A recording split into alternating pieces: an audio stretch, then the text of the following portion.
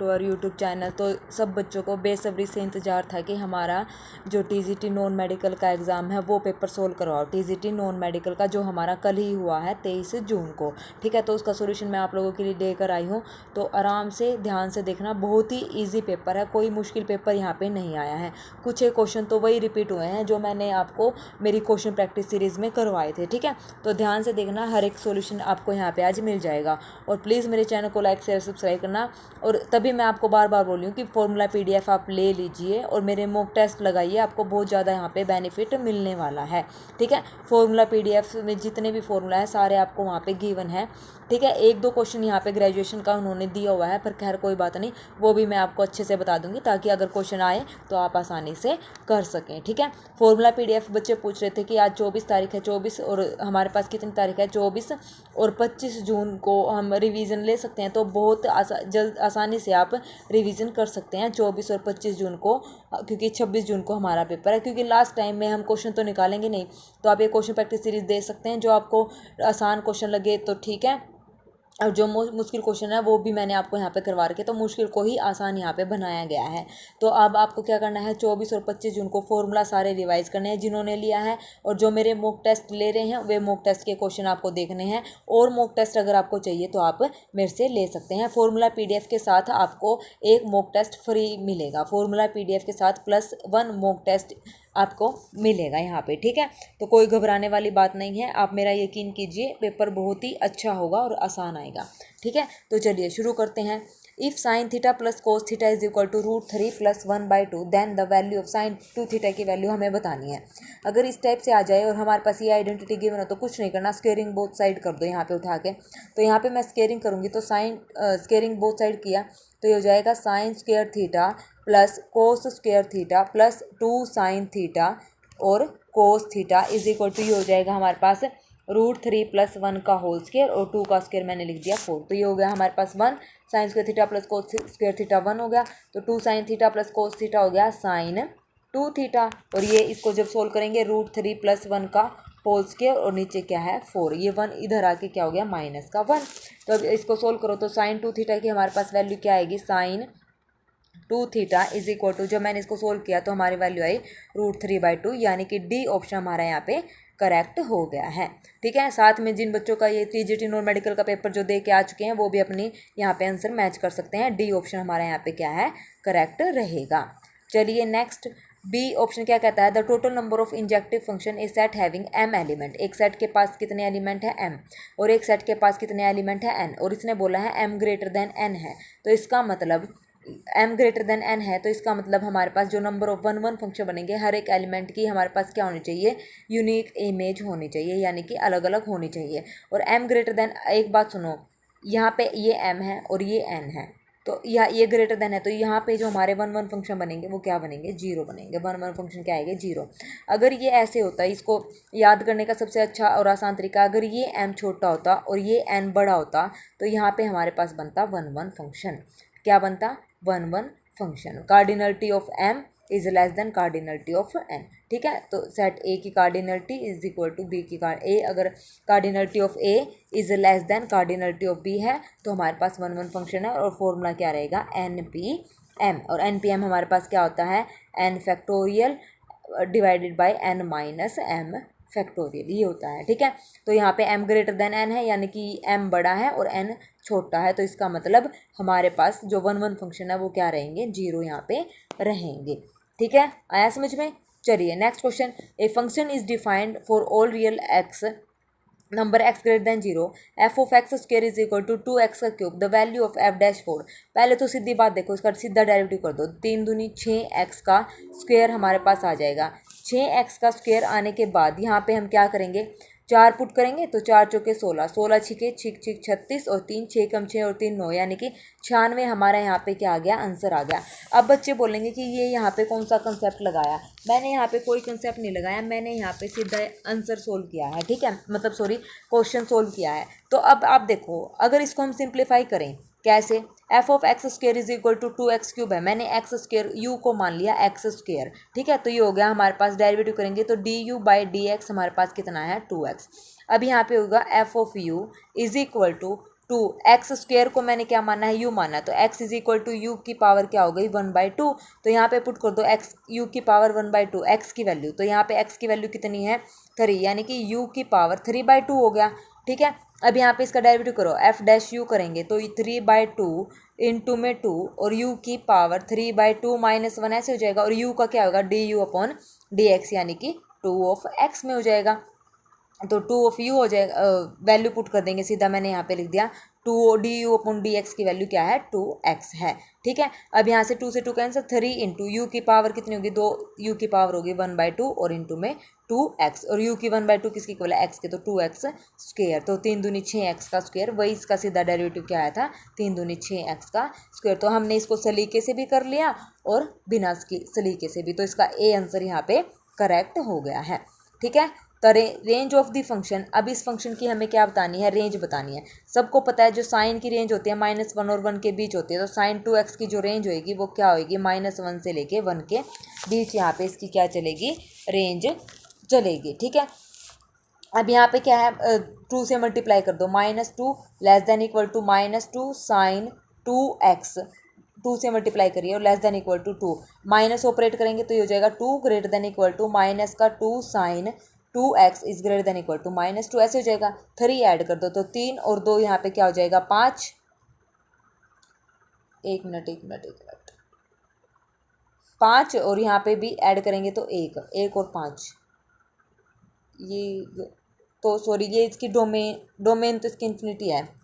मैंने क्या किया साइन 2x, हम इसको ऐसे कर लेते हैं सीधा, सही है वही सही है, उसको करेंगे 3 -2 sine 2x is greater than equal to 3 और 2 5 is greater than equal to, ये यहाँ पे क्या आया था माइनस का 2 प्लस का 3 यानी कि प्लस का 1, ये आ गया हमारे पास। ठीक है, अब क्या करना है इसका रेसिप्रोकल, यानी कि 1/5 sign change 1/3 -2 sine 2x less than equal to 1। ठीक है, ये आया, तो इसकी रेंज जो आई 1/5 और 1, तो क्लोज इंटरवल 1/5 और 1, बी ऑप्शन हमारा यहाँ पे क्या हो गया करेक्ट हो गया है। ठीक है, आया समझ में, तो बी ऑप्शन हमारे यहाँ पे करेक्ट है। इसकी जो डोमेन रहेगी, डोमेन इसने गिवन है x बिलोंग्स टू आर, यानी कि सेट ऑफ रियल नंबर्स, इसकी यहाँ पे क्या है डोमेन है आर, रेंज अभी बताइए क्लोज इंटरवल 1/5 to 1।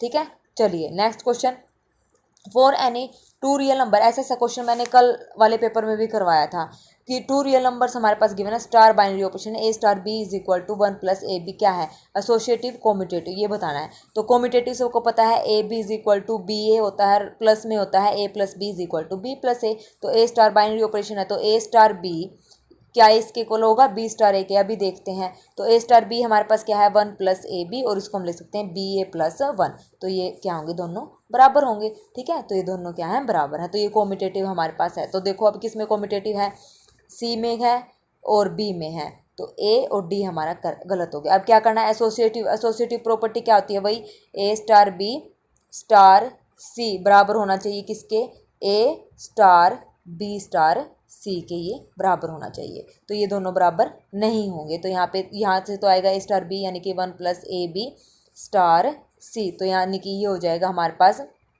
ये हो गया हमारे पास ए, ये हो गया बी, तो 1 + ए कितना है हमारे पास 1 + ए बी और सी, और यहाँ से ये क्या आ जाएगा हमारे पास नॉट इक्वल टू आएगा, क्योंकि ए इसको लिखेंगे स्टार 1 + बी सी, तो ए और बी ये होगा, तो ये हो जाएगा 1 + ए 1 + बी सी, तो ये दोनों क्या है बराबर नहीं है, तो इसका मतलब ये एसोसिएटिव नहीं होगी। तो इसका जो आंसर आएगा वो आएगा commutative but not associative, B option हमारा यहाँ पे क्या हो जाएगा करेक्ट हो जाएगा। The number of reflexive relation on a set containing 3 element, जिसने भी फॉर्मूला पीडीएफ लिया है उसमें सारे रिलेशन के फॉर्मूले लिखे हुए हैं, रिफ्लेक्सिव कैसे निकालना है, सिमेट्रिक ट्रांजिटिव कैसे निकालते हैं, तो इसका फॉर्मूला क्या है हमारे पास, इसका फॉर्मूला है हमारे पास रिफ्लेक्सिव रिलेशन निकालने का 2⁻n² - n, तो n यहाँ पे कितना है 3 या 9 माइनस का 3, तो 2 की पावर 6 यानी कि 64, तो 64 हमारा यहाँ पे आंसर है, तो डी ऑप्शन हमारा यहाँ पे क्या है करेक्ट आंसर है। Next A B hermitian matrix है, ए अगर हर्मिशन है तो ए स्टार ए यानी कि ट्रांसपोज कंजुगेट और B star B transpose conjugate क्या होंगे बराबर होंगे, तो इनमें से कौन सी हमारे पास हर्मिशन बनेगी, तो ये हर्मिशन होगी A B + B A Hermitian matrix, ये ठीक है। उसके बाद A B minus B A, ये हमारे पास बनेगी स्क्यू हर्मिशन, ये भी हमारे पास ठीक है, ए और बी हमारे ठीक है, इनकरेक्ट इसने पूछा है। तो ए प्लस ए थीटा, ए प्लस ए थीटा स्क्यू हर्मिशन बनेगी। चलिए देखते हैं, ए प्लस ए थीटा, थीटा का यही मतलब है, ए स्टार लिखो या ए थीटा, तो ए थीटा बराबर है ए, तो हमें इसका स्टार थीटा लगाओ, तो हमें देखना है स्क्यू हर्मिशन होगी, तो इसको खोलेंगे, ए थीटा प्लस में ए थीटा की पावर ये हो जाएगा थीटा, तो ए थीटा किसके इक्वल है, ए के इक्वल, प्लस में ए थीटा किसके इक्वल है, ए थीटा, तो इसका मतलब ये हमारे पास क्या है, हर्मिशन मैट्रिक्स है। तो डी ऑप्शन हमारा यहाँ पे क्या है, गलत है। सी भी चेक कर लेते हैं, बी थीटा और बी, क्या ये हर्मिशन बनेगा, तो इसको देखो, ये हो जाएगा बी थीटा और बी थीटा की थीटा पावर, तो बी थीटा को हमने लिखा बी, और यहाँ बी थीटा को तो बी थीटा और इंटू में क्या हो गया बी, तो B theta B is equal, इसकी पावर कितनी हो गई, थीटा, ठीक है। तो यहाँ पे क्या हो गया, बी थीटा बी, इसका मतलब ये हमारे पास क्या है, हर्मिशन मैट्रिक्स है। या इसको ऐसे भी कर सकते हैं, ये हो गया बी थीटा की पावर थीटा, वही, तो बी थीटा को मैंने लिखा बी और यहाँ पे बी को मैंने लिख दिया बी थीटा, तो ये भी वही बात बनेगी, तो इसका मतलब ये क्या है, हर्मिशन है। तो ए बी सी करेक्ट है, इनकरेक्ट इसने पूछा था, तो ए प्लस ए थीटा हमारे पास हर्मिशन ही बनेगा, स्क्यू हर्मिशन नहीं आएगा, क्योंकि नेगेटिव साइन चाहिए, स्क्यू हर्मिशन होता है A is equal to minus A theta, ठीक है। चलिए नेक्स्ट, क्योंकि गिवन मैट्रिक्स हर्मिशन है हमारे पास। नेक्स्ट क्वेश्चन क्या कहता है, if the square of a matrix A is orthogonal, orthogonal क्या होती है, A into A transpose is equal to identity, या A transpose is equal to A identity.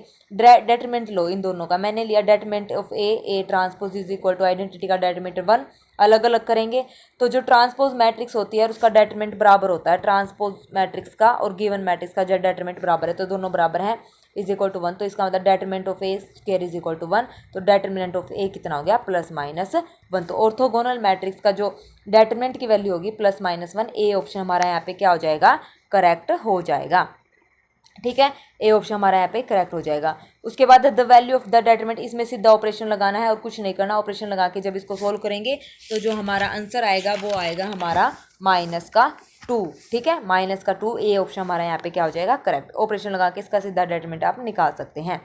Next, if the determinant of A square matrix of order n is 3, तो order of A कितना दे रखा है 3, और determinant of adjoint of a matrix is adjoint of a matrix कितना दे रखा है 243, तो adjoint of ए किसके बराबर होती है, कल ही हमने क्लास में फॉर्मूला पढ़ा था, डेटरमिनेंट ऑफ ए n-1 के बराबर होता है एडजॉइंट ऑफ ए, तो इसको जब खोल, ये किसके इक्वल है 243, तो यहाँ से लिखेंगे डेटरमिनेंट ऑफ ए की पावर 3 - 1, यानी कि क्या हो जाएगा, सॉरी एन का ही है, ऑर्डर ऑफ एन इज 3 यहाँ पे डेटरमिनेंट वो गिवन है 3, तो n-1 243, तो डेटरमिनेंट कितना गिवन है 3 की पावर n, और बाय में 3 आ जाएगा, इस 3 को मैं इधर लेके आए तो 729, तो ये होता है 3 की पावर 6, तो n की वैल्यू कितनी आ गई हमारे पास 6, तो डी ऑप्शन हमारे पास करेक्ट, क्योंकि 3 की पावर 6 729, 3 × 9 = 27, 3 × 81, 3 × 243, 3 × 729, तो 3 की पावर 6, डी ऑप्शन हमारा यहाँ पे करेक्ट है। Next question, sine of cot inverse x plus, ये भी बहुत इजी क्वेश्चन है, सबको पता है, पंडित बद्री प्रसाद हर हर बोले, तो sine of cot inverse x को मैं साइन इनवर्स की फॉर्म में लिखूंगी, तो कैसे लिखूंगी, साइन इनवर्स, इसको मैंने कैसे लिखा, साइन इनवर्स, ये बन जाएगा हमारे पास x+1, पंडित बद्री प्रसाद हर हर बोले, तो जो हमारे पास क्या होएगा, ये टेंजेंट होता है, कोट क्या होगा इसका उल्टा, यानी कि बेस बाय परपेंडिकुलर हो जाएगा, बेस x+1 है, परपेंडिकुलर ही है, तो इसका आ जाएगा हमारे पास 1/√1 + x², ठीक है, साइन इनवर्स। उसके बाद इक्वल टू में क्या है, cos of tangent inverse x को भी लिखो, तो ये हो जाएगा कोस ऑफ कोस इनवर्स 1/√1 + x², ये आ जाएगा, ठीक है, sorry, sine of cot inverse x+1 का हमारे पास आएगा ये, तो देखो अभी इसको इक्वेट करेंगे, साइन ऑफ, ये हो जाएगा साइन इनवर्स, इसका आ जाएगा 1/x² + 2x + 2, ठीक है, क्योंकि x+1 था वो गलती से कोस का लिखा गया, is equal to cos of cos inverse, ये हो जाएगा 1/√1 + x², तो ये कैंसिल, तो हमारे पास आएगा कुल मिला के 1/x² + 2x + 2 is equal to 1/1 + x², तो x इज इक्वल टू -1/2 हमारा यहाँ पे क्या आ जाएगा, आंसर आ जाएगा, x की वैल्यू -1/2, तो इसका जो आंसर आएगा वो आएगा D, none of the above, ठीक है। बाकी एक बार आप कैलकुलेशन कर लेना, मैंने कैलकुलेशन की तो मेरा x की वैल्यू -1/2 आ रही है, कि क्या कैलकुलेशन करनी है आपको, 1 ये कैलकुलेशन करनी है 1/x² plus 2x plus 2 is equal to 1/1 plus x² को सोल्व करना है। ठीक है, तो जब इसकी मैंने कैलकुलेशन की थी तो हमारे पास ये आया था, एलसीएम लेके इज इक्वल टू हो जाएगा x² plus 2x plus 2 solve कर ही लेते हैं, ये हो जाएगा कैंसिल। तो 2x plus 2 minus 1 equal to 0, तो 2x is equal to 2x plus 1 is equal to 0। हाँ, तो x की वैल्यू -1/2, तो यानी कि डी ऑप्शन मेरा यहाँ पे करेक्ट हो रहा है, डी ऑप्शन इसका आएगा। Next 52, if 2 and 3 are the root of the equation x² plus px plus q, इसके रूट ऑफ द इक्वेशन है तो इसका मतलब ये इसको सेटिस्फाई करेंगे, तो यानी कि 4 प्लस में 2x प्लस में क्यू बराबर है 0p।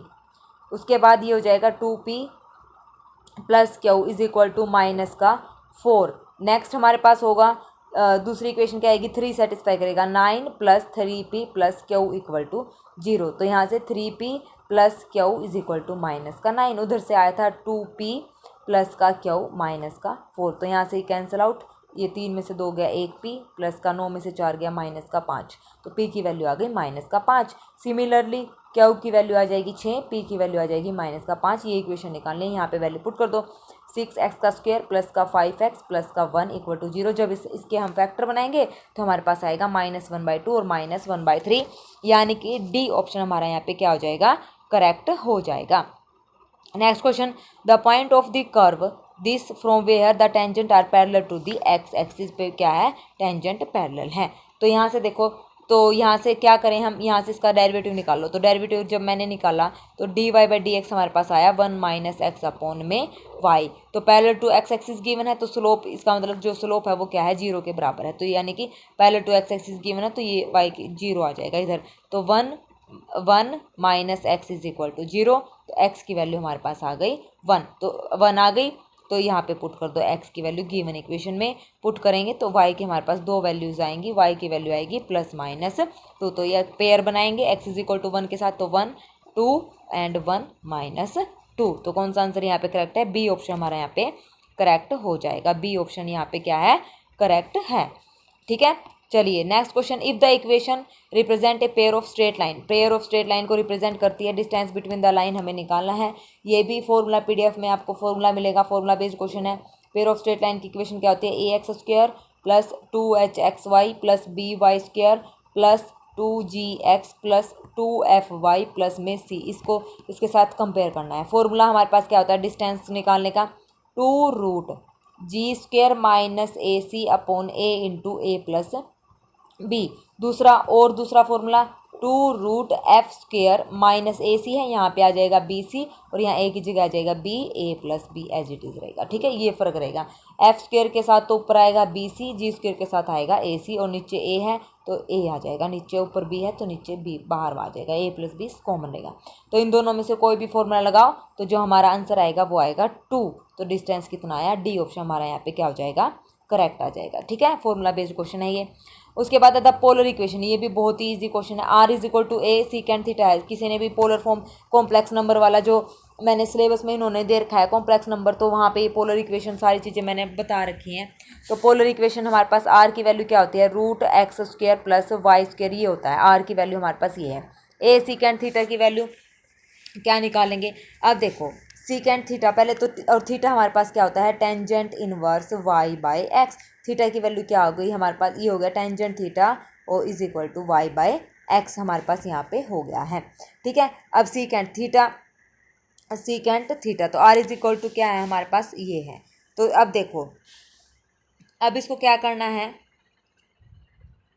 r is equal to, ये है हमारे पास r tangent theta is equal to y/x।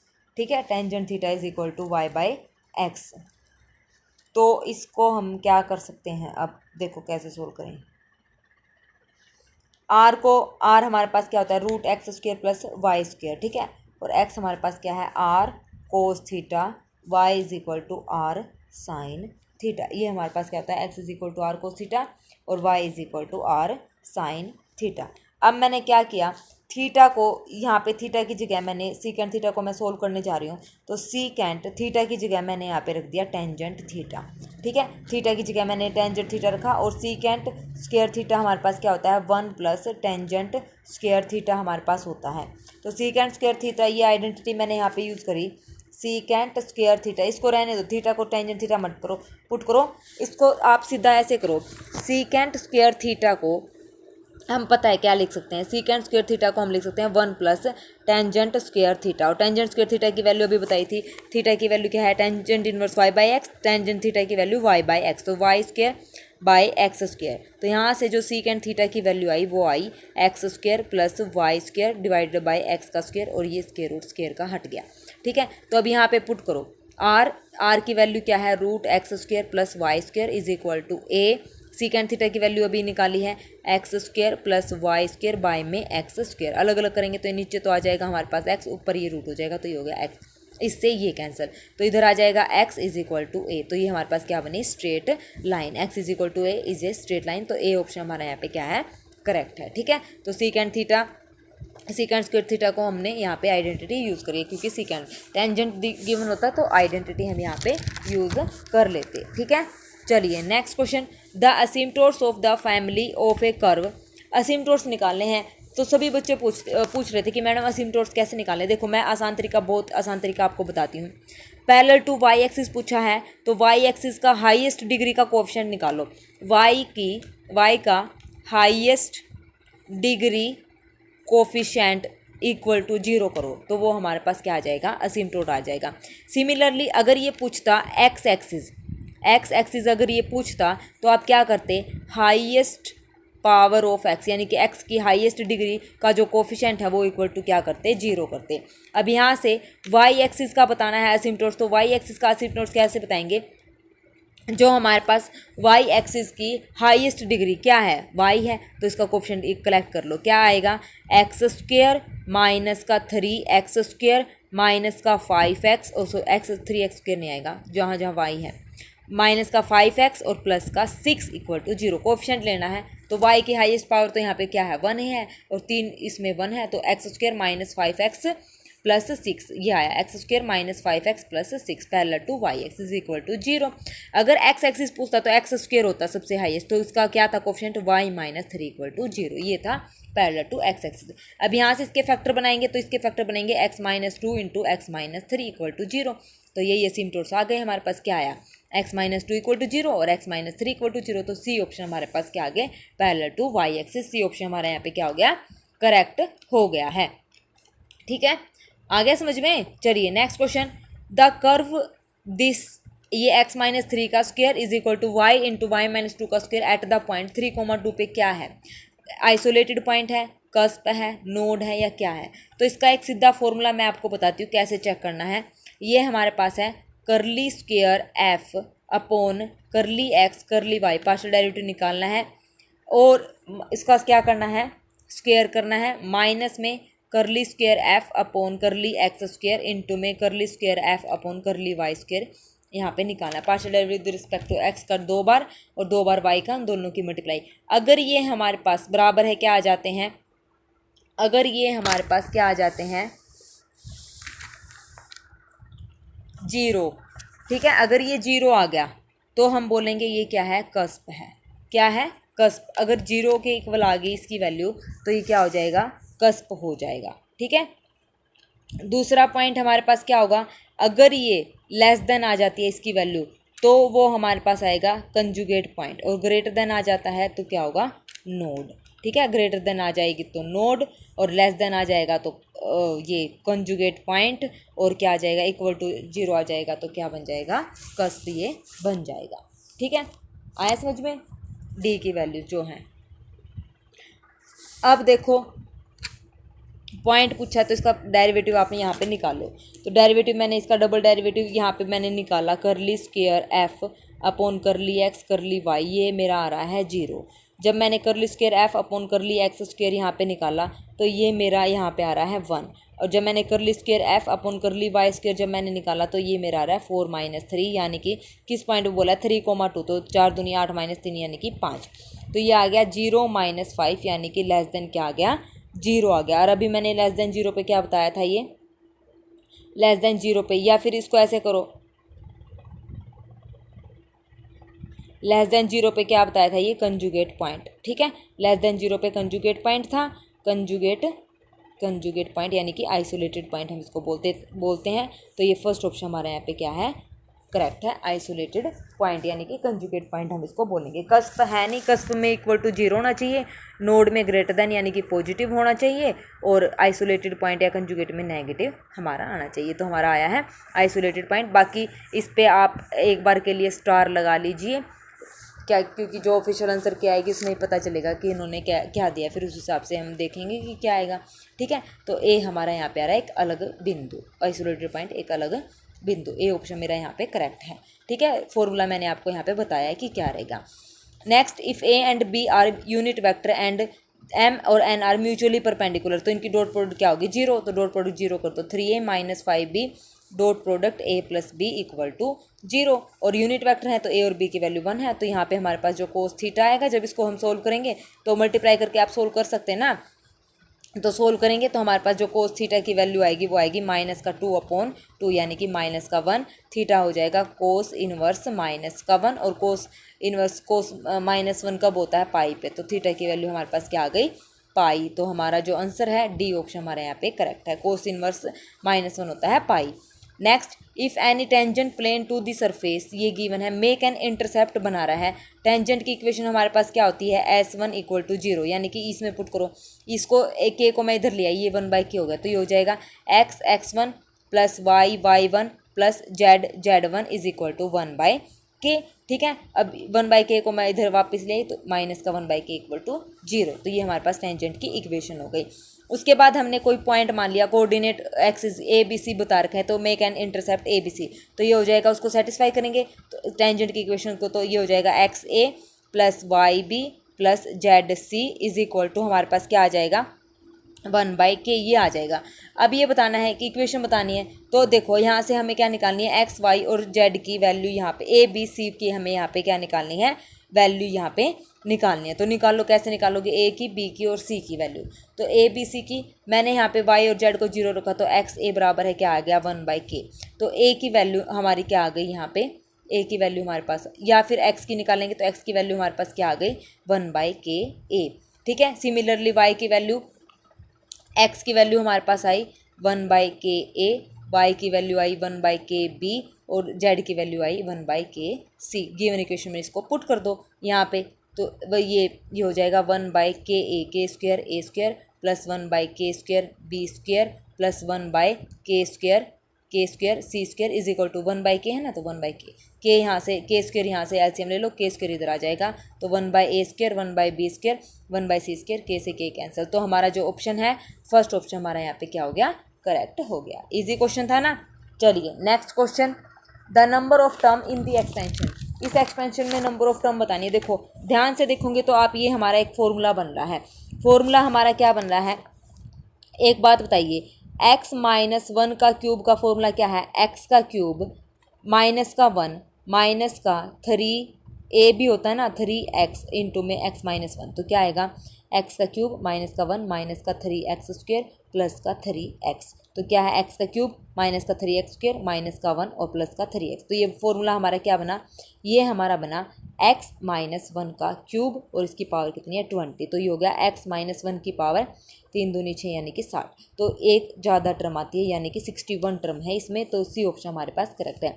क्योंकि जब हम x-1 का जब हम स्क्वायर करेंगे तो कितनी टर्म आएंगी, तो देखो कितनी आएगी, x स्क्वायर प्लस 1 माइनस में 2x, तो 3 टर्म आई, एक ज़्यादा, ठीक है। तो एक ज़्यादा, टोटल हो गई 60, तो 61, सी ऑप्शन हमारा यहाँ पे क्या है, करेक्ट है।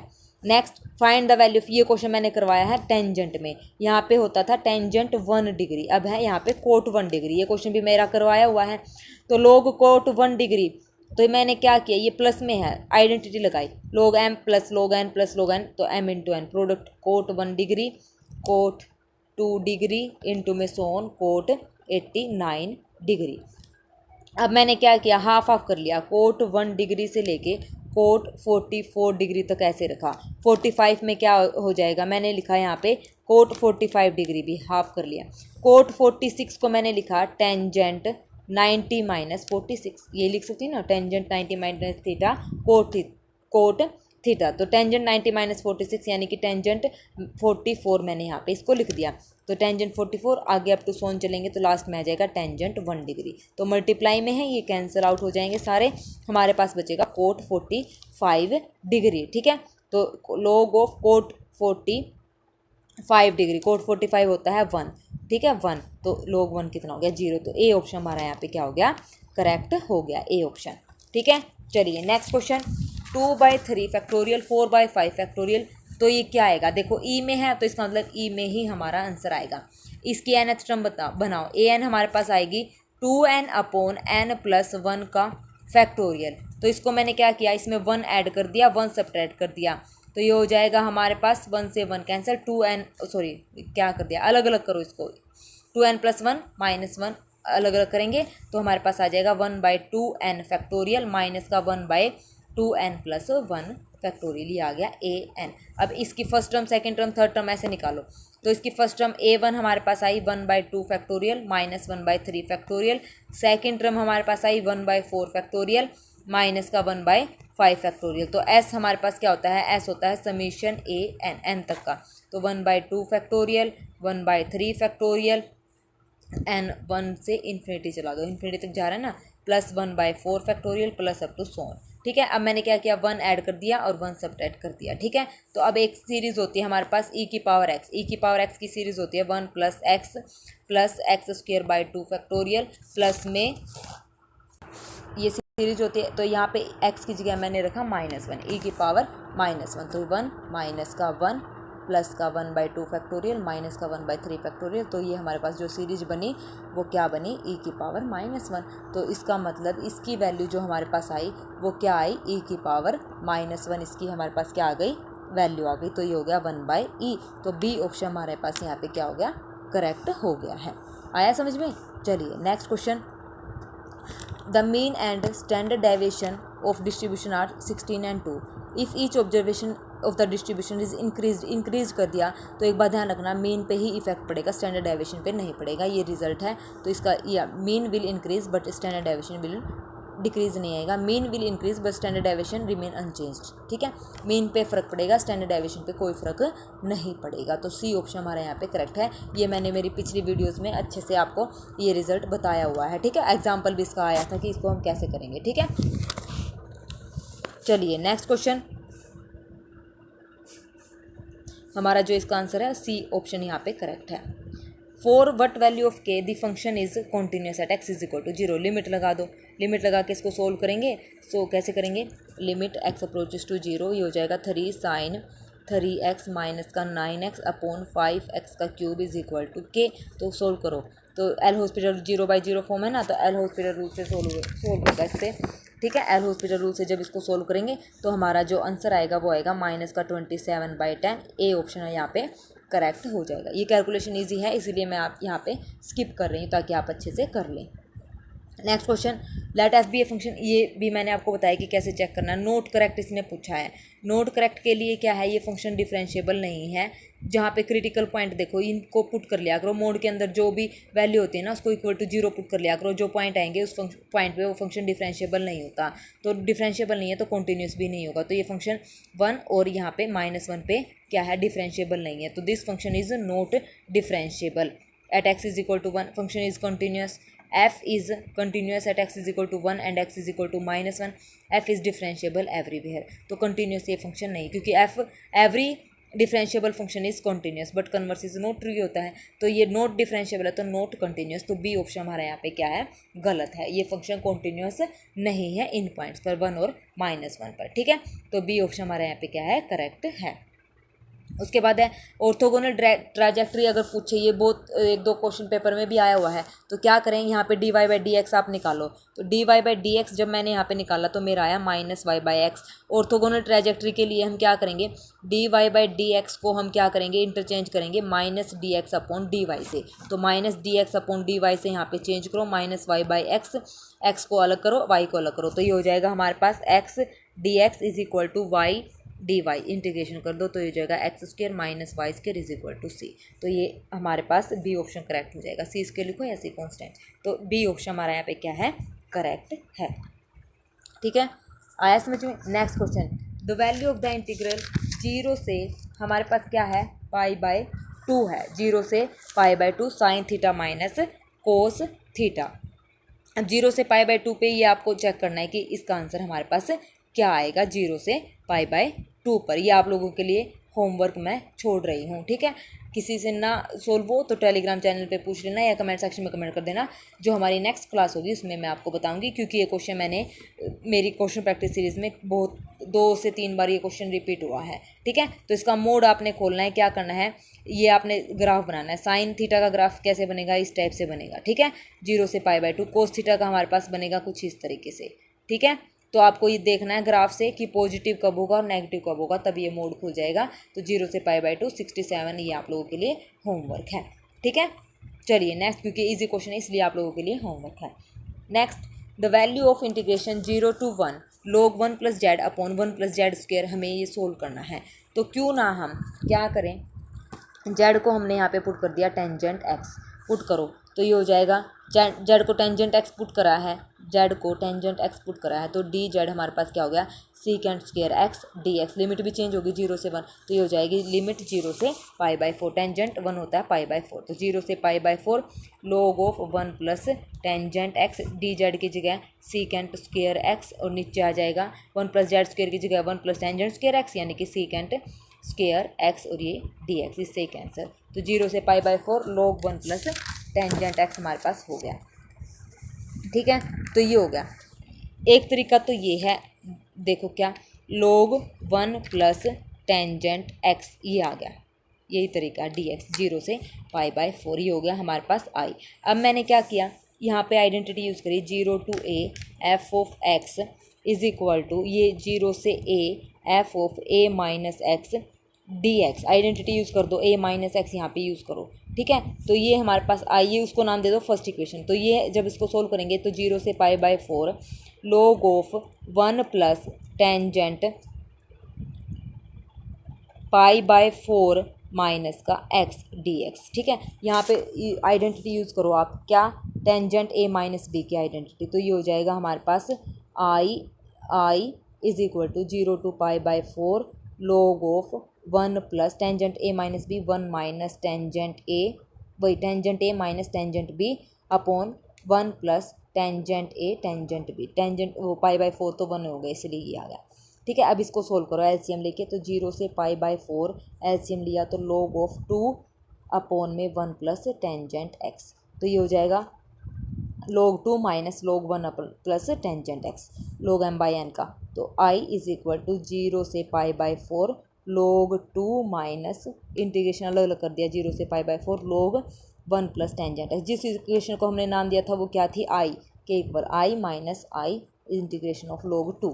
अब ये इधर आ जाएगा तो 2i is equal to log 2 मैंने यहाँ पे बाहर ले लिया, 0 से π/4 अंदर बचा 1 x हो गया इसका।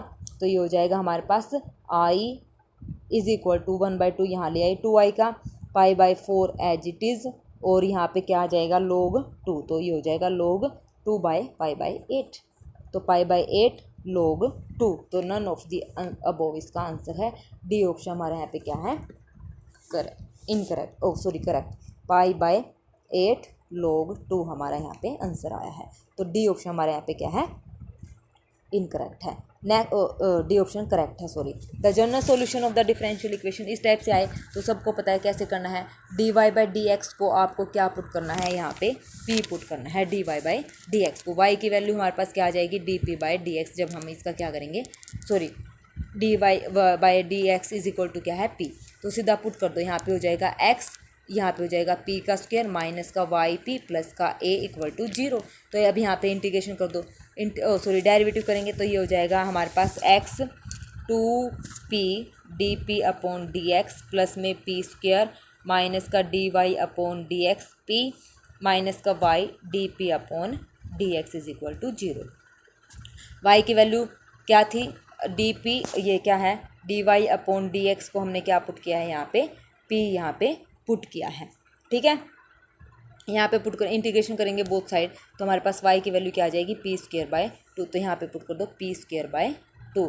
तो जब एलसीएम लेके इसको मतलब सॉर्ट आउट करेंगे तो हमारे पास जो p का फैक्टर बनेंगे ना, फैक्टर बनाने हैं लास्ट में, dp अपॉन dx और ब्रैकेट में जो भी आएगा इक्वल टू 0, तो इसको इक्वल टू 0 कर दो, dp/dx इक्वल टू 0। तो जो भी स्टेटमेंट है या तो ये 0 होगा या ये 0, ब्रैकेट वाला हमें ध्यान नहीं देना, सिंपल से सिंपल इंटीग्रेशन करेंगे तो p is equal to constant आ जाएगा c, तो यहाँ पे पुट कर देनी है गिवन इक्वेशन में। तो x c² माइनस का वाई सी प्लस का a हमारा आंसर आ जाएगा। तो ये कौन सा आंसर है, बी ऑप्शन हमारे यहाँ पे करेक्ट हो जाएगा। ठीक है, ज़्यादा कैलकुलेशन करने की जरूरत नहीं है इसमें। p हमारे पास सिर्फ फैक्टर निकालने हैं, फैक्टर बन जाएंगे हमारे पास। फैक्टर निकाल के तो dp/dx जो हमारे पास आएगा ना, dp/dx अलग अलग होते हैं तो ठीक है, नहीं तो मेन इंटीग्रेशन करके p की वैल्यू हमें यहाँ से निकालनी होती है। ठीक है, चाहे वो x की फॉर्म में है चाहे किसी और की फॉर्म में, कॉन्स्टेंट की फॉर्म में, तो फिर उसको गिवन इक्वेशन में पुट कर देना है। तो हमारा बी ऑप्शन यहाँ पे क्या है, करेक्ट हो जाएगा। Next question, the length of the smaller diagonal of the rhombus. Rhombus है स्मॉलर, मतलब इस टाइप से दे रखी है। रोम्बस में क्या होता है, लेंथ आमने सामने के बराबर होती है। देखो ये 10 है, ये 10 है, और डायगोनल कितना दे रखा है 12, तो ये इस टाइप से बन गया। अब जब हम इसको ऐसे कंप्लीट करेंगे तो ये हमारा इस टाइप से रोम्बस बन जाएगा। ठीक है, तो हम पहले क्या करें, क्यों ना एरिया निकाल लें, ऐसे करके ये हाफ पोर्शन रहने दें, हाफ पोर्शन ये निकाल के इसका एरिया ट्रायंगल का, फिर हम क्या करेंगे 2 से इसको मल्टीप्लाई कर देंगे तो रोम्बस का आ जाएगा। तो निकाल लो area of a triangle, formula क्या होता है, √s into s minus A, s minus B, s minus C, सारी साइड हमारे पास गिवन है, ये हो जाएगा एरिया। s क्या होता है, इनको ऐड करके 10, 20, 30 और 32/2 करना है, सेमी पैरामीटर। तो कितना आ जाएगा 16, तो 16 माइनस 10, 16 माइनस 10, 16 माइनस 12, और बाहर क्या है 16। तो एरिया ऑफ ए ट्रायंगल हमारे पास, जब इसको हमने सोल्व किया तो एरिया ऑफ ए ट्रायंगल हमारे पास कितना आया 48। ठीक है, तो कितना आया 48 आ गया हमारे पास एरिया ऑफ ट्रायंगल, हीरोन्स फॉर्मूले से हमने निकाला। तो एरिया ऑफ रोम्बस क्या आएगा, रोम्बस क्योंकि उसका हाफ पार्ट था, ऐसे लिया था ना मैंने, ऐसे करके ट्रायंगल, और इसको जब मैं ऐसे कंप्लीट जोड़ दूंगी तो ये रोम्बस बन जाएगा। तो ये वाला जो हाफ पार्ट बना उसको 2 से मल्टीप्लाई कर दो, तो 2 से मल्टीप्लाई करने के बाद 48 गुना 2 यानी कि 96 सेंटीमीटर। सी ऑप्शन हमारा यहाँ पे क्या हो गया, करेक्ट हो गया है। ठीक है, चलिए आज का लास्ट क्वेश्चन, ये टोटल 34 क्वेश्चन आए थे हमारे मैथ के, 74 थे। ठीक है, तो ये है हमारे पास 71 क्वेश्चन। 71 क्वेश्चन क्या कहता है, 2 eigen value of A square matrix. Square matrix की 2 आइगन वैल्यू हमारे पास गिवन है, ऑफ ऑर्डर 3 की 2 और 3 गिवन है, और ट्रेस इसका कितना गिवन है 11 इसका क्या है ट्रेस 11 है, तो इसका मतलब सम ऑफ आइगन वैल्यू कितना है 11। तो 2 गिवन है, 3 और 2 5 plus C is equal to 11। C की वैल्यू हमारे पास कितनी आ गई, 11 में से 5 गए 6, तो आइगन वैल्यू तो हमारे पास आ गई। ए की आइगन वैल्यू कितनी आई 2, 3 और 6। अब क्या बोला, एडजॉइंट की निकालनी है। एक बात बताओ, डिटरमिनेंट ऑफ ए किसके इक्वल होता है, सॉरी ए इनवर्स हमारे पास किसके, ए की आइगन वैल्यू तो है 2, 3 और 6। ए इनवर्स हमारे पास होता है एडजॉइंट ऑफ ए अपॉन में डिटरमिनेंट ऑफ ए। तो एडजॉइंट ए की वैल्यू हमारे पास क्या आएगी, एडजॉइंट ए की वैल्यू हमारे पास आएगी, एडजॉइंट ए की वैल्यू हमारे पास आएगी determinant of A into A inverse. A inverse determinant of A कितना है, ए ऑफ ऑर्डर 3, तो निकालो इसका डिटरमिनेंट। 2, 3 और 6 आइगन वैल्यू है, तो 3 दूनी 6, 36 हमारा डिटरमिनेंट है। तो डिटरमिनेंट है 36 गुना में ए इनवर्स 1/2, आइगन वैल्यू उसका उल्टा हो जाती है, कोमा में 36 गुना में 1/3, कोमा 36 गुना 1/6, तो 36, 12 ये हो जाएगा 18 दूनी 36, 12 3 36, 18, 12 और 6। ए ऑप्शन हमारा यहाँ पे क्या हो जाएगा, करेक्ट हो जाएगा। फर्स्ट ऑप्शन हमारा यहाँ पे क्या है, करेक्ट है। Next, let r be a real number, epsilon greater than 0 be arbitrary small positive real number, then there exist a number x such that mod of r minus x less than epsilon. Statement is true when mod r less than, ये होता है ना r minus x less than epsilon, तो ये क्या होना चाहिए, whole number होना चाहिए, मतलब 0 इसमें होना चाहिए। Mod of r minus 0 less than epsilon, तो ये स्टेटमेंट ऐसे होती है, mod of r less than epsilon. ये बाकायदा हमारे पास एज ए थ्योरम इसने रिजल्ट पूछ लिया। तो यहाँ पे जो एक्स है वो क्या है, होल नंबर है।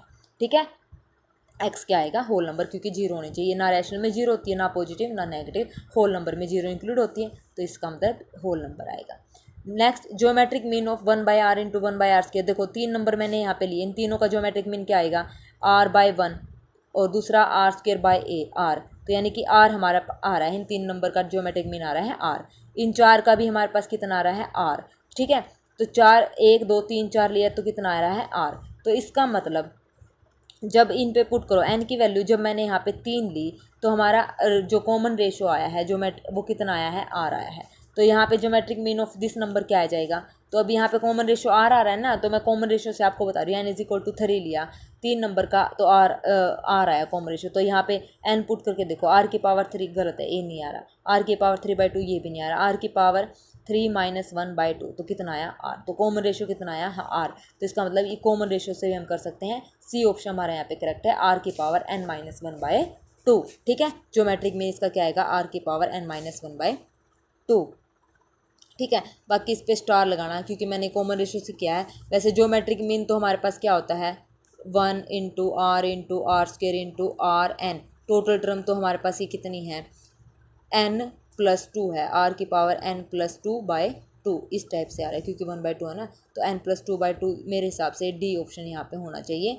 लेकिन अगर कॉमन रेशो के हिसाब से निकाल के देखो तो सी बन रहा है, तो सी और डी में यहाँ पे कंफ्यूजन है, इसको आप स्टार कर देना। ठीक है, कॉमन रेशो से तो हमारा सी आंसर आ रहा है अगर हम आर को कॉमन रेशो माने तो।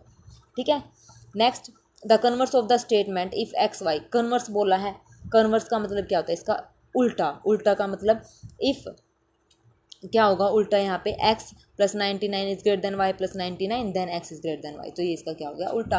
तो बी ऑप्शन हमारा यहाँ पे क्या हो जाएगा, करेक्ट हो जाएगा। कन्वर्स मतलब उल्टा, उल्टा मतलब इसकी स्टेटमेंट को उल्टा लिखना है, यदि ऐसा है तो ऐसा होगा। ठीक है ना, क्योंकि कन्वर्स में स्टेटमेंट होते हैं ना, द अबोव स्टेटमेंट, जैसे every cyclic group is abelian but converse is not true. Converse क्या होता है, मतलब अबेलियन ग्रुप साइक्लिक नहीं होगा, तो इसमें कन्वर्स पूछा है, तो कन्वर्स का मतलब अगर ऐसा है तो ऐसा होगा, तो बी ऑप्शन हमारा यहाँ पे क्या हो जाएगा, करेक्ट हो जाएगा। ठीक है, तो ये हमारा जो कल नॉन मेडिकल का पेपर था ये कंप्लीट मैंने आपको यहाँ पे सॉल्यूशन करवा दिया है, तो आपको अच्छे से समझ आ गया होगा। जिस भी क्वेश्चन में आपको डाउट लगे तो आप मेरे से बेझिझक पूछ सकते हैं, मेरे टेलीग्राम चैनल पे मैसेज कर देना या कोई भी कमेंट कर देना जहाँ पे आपको मतलब दिक्कत लगे किसी भी क्वेश्चन में। ठीक है, तो आज के लिए बस इतना ही, चलिए मिलते हैं फिर जल्दी ही। All the very best, upcoming exam के लिए अच्छे से तैयारी कीजिएगा, कोई स्ट्रेस आपको यहाँ पे नहीं लेना है। ठीक है, thank you very much, have a nice day.